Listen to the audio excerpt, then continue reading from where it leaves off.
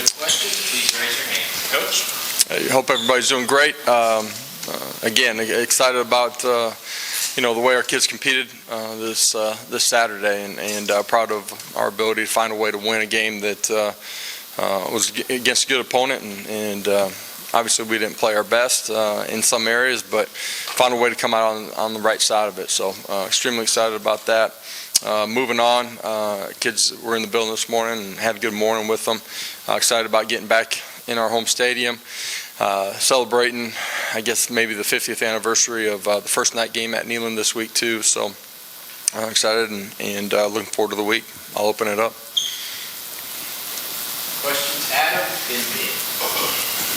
You said you didn't play your best. How do you communicate that, especially on offense, to the guys that you did win a game, you did do some things in clutch situations, but didn't play your best? Well, and this game's never going to be perfect either. And I said that after the game, said it to the players, and I do all the time.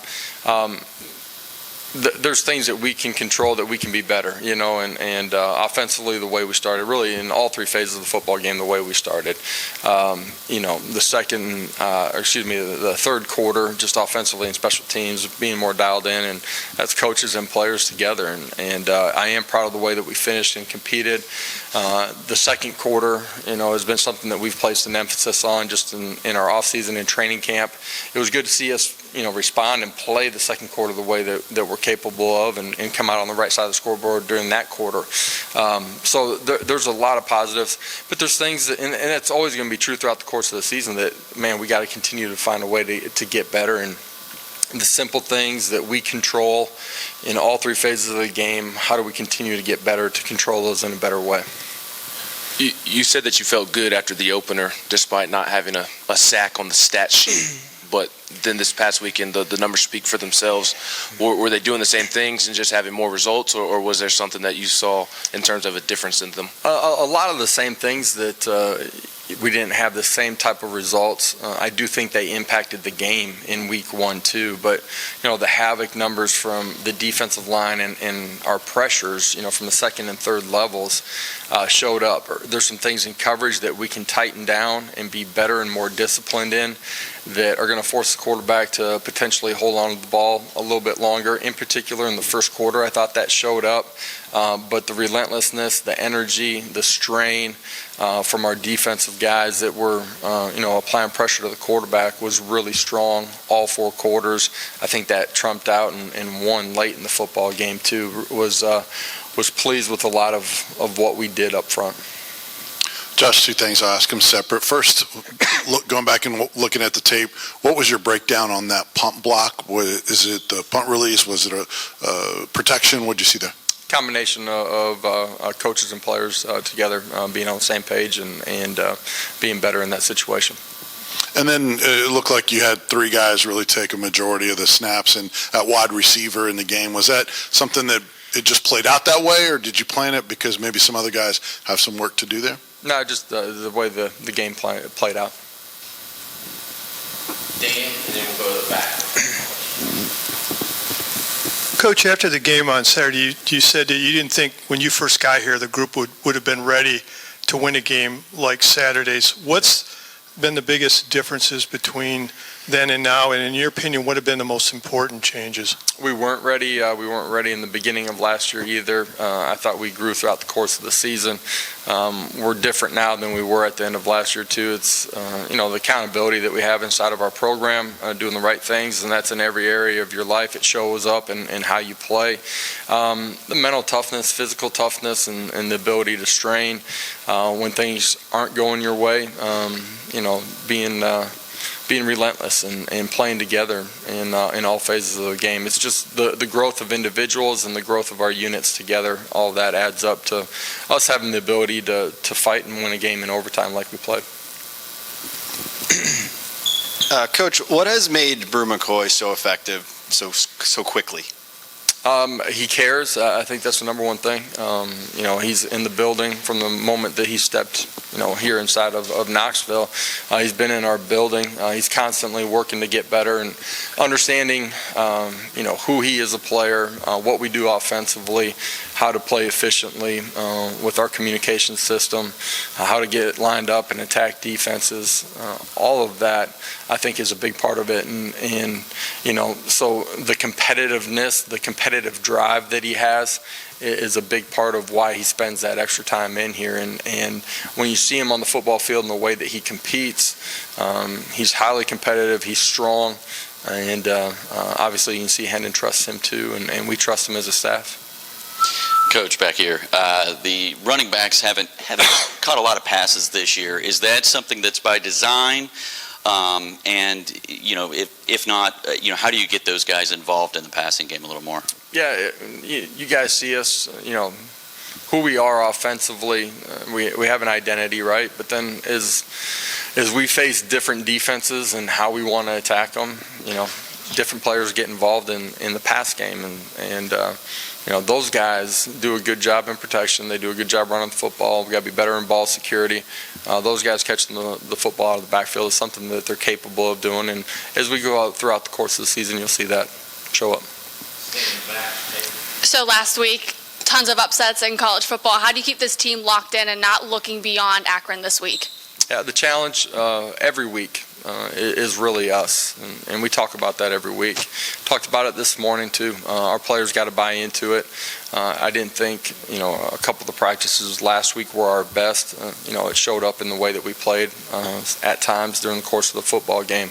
Our preparation's got to be consistent. Your process of how you approach and get to game day is what takes you to game day to play your best football, and if you ever deviate from that plan and change it, you're setting yourself up for failure. We talked about that in the team meeting today, and college football has always been this way, but certainly this past weekend and the first weekend you see it, right? Like everybody's got 85 and they got good coaching staff, so you better prepare and be ready to compete in a really good way. Your competitiveness cannot deviate from week to week. Patrick and Rob. Coach, a couple things. With Mincy at left tackle, looks like he went the whole way. Was there a plan to rotate, or is that sort of his job moving forward? Just the way the game unfolded, this week, and believe in JJ, and he'll have opportunities and will be a big part of what we do offensively. You talked a little bit about Beasley after the game. Just is anything? He looks like a much improved player. Is anything he's done surprise you guys? I just, having a full off season with us physically just changed his body. He's got a much better understanding. His eyes are in the right spot, so his keys at that position are taking him to the right gap to make the plays. He trusts what he's seeing, and so when a puller happens, whatever it might be, his keys, man, you're seeing him play extremely fast once he identifies it, and you put all of those things together. That's why he's showing up the way that he did. The interception off the tip by Trey in the back. He's screaming downhill and applying pressure to the quarterback. He showed up a bunch during the course of the ballgame. Coach, you and Coach Golish both had talked about Jalen Hyatt, his improved dedication, work ethic, et cetera, all during fall camp. He goes out Saturday and has 11 catches, more than half he had all last year. What kind of an advertisement is that within your program for kids doing the right thing and it showing up on the field? Huge symbol of the things that we talk about paying off. And you guys heard me talk about Theo Jackson a lot last year and how mature he was and how he competed, and it resulted in the way that he played. Jalen, in the back third of last year and certainly this entire offseason, just a different individual in the way that he approaches every day in his process to getting himself to be ready to play during the course of a game week and all offseason.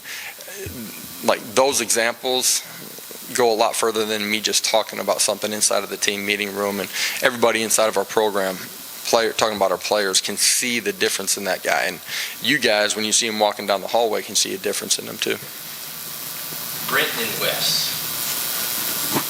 Coach, you talked last week going into the game about the need to stay on track in terms of not falling behind the sticks on third down. Yeah. When you watched the tape, what was happening on early downs to get you guys behind the sticks? Was it something they did, your execution? When you watched the tape, what did you see first and second down? Early in the football game was simple execution, a lot of that being pitch and catch. A couple of penalties that got us behind the chains. And, one thing in some of those drives, one thing led to another that put us in third and long situations. And the dominoes can't fall that way when you're playing a really good opponent and to have the success that you need to and want to have. So there's some things that we can control. Pitt's a really good defense, too. Normal downs they are, and certainly on third down, too. Josh, with as much experience as Hendon has, I guess, playing the game the past several years at the college level, when he has a start the way that he did in that Pitt game, maybe just, a little bit off on some throws he normally makes, is there anything you have to really say to a guy like that, or do you just sort of trust him to get it corrected? No, Coach Halsey talked to him a little bit about his feet and his mechanics, just a little bit, really just his feet, getting himself in a better position rhythmically. I think it's great that we came out on top in this football game and we experienced some of those things during the course of the game that can help us as we go through this season. That's individually for Hendon. It's for any of our wideouts. It's for us as an offensive unit, our entire football team. Continuing to compete and find a way to make a play at the end. And there were a bunch of plays that Hendon made once he got into a better rhythm, into the flow of the football game. Eric and Vince. Josh, what's Akron look like on tape? What do they present offensively and defensively? And obviously, outside of a win, what are you trying to accomplish goal-wise this week? Yeah, quarterback when healthy, guy has the ability to be involved in the run game. Some of that's by design, some of that's just on drop back, him scrambling. We got to do a good job of applying pressure, but containing him. We got to do a better job out on the outside, being more consistent and winning one-on-ones. And I'm talking about defensively. Offensively, multiple front and coverages, and only being 2 weeks into their scheme, both offensively and defensively from them, there's going to be something different that shows up on tape, and as they continue to grow inside of what they're doing, as their personnel gets more comfortable in their system. So we got to be able to adjust to what we see on Saturday too. Josh, you guys were able to get a lot of pressure on the quarterback this past week, this past Saturday. How did that break down to your pleasing in terms of getting pressure from the front versus sending blitzes? Yeah, I thought with just our front four, there were times that we did a great job. Tyler Barron's strip sack at the end of the half. Obviously, Trey with pressure at the end of the football game. It was a combination of both of those things. And as the game went on, I thought the coverage on the back end forced them to hold it for another count. Early in the football game, we're a step short of being able to hit the quarterback.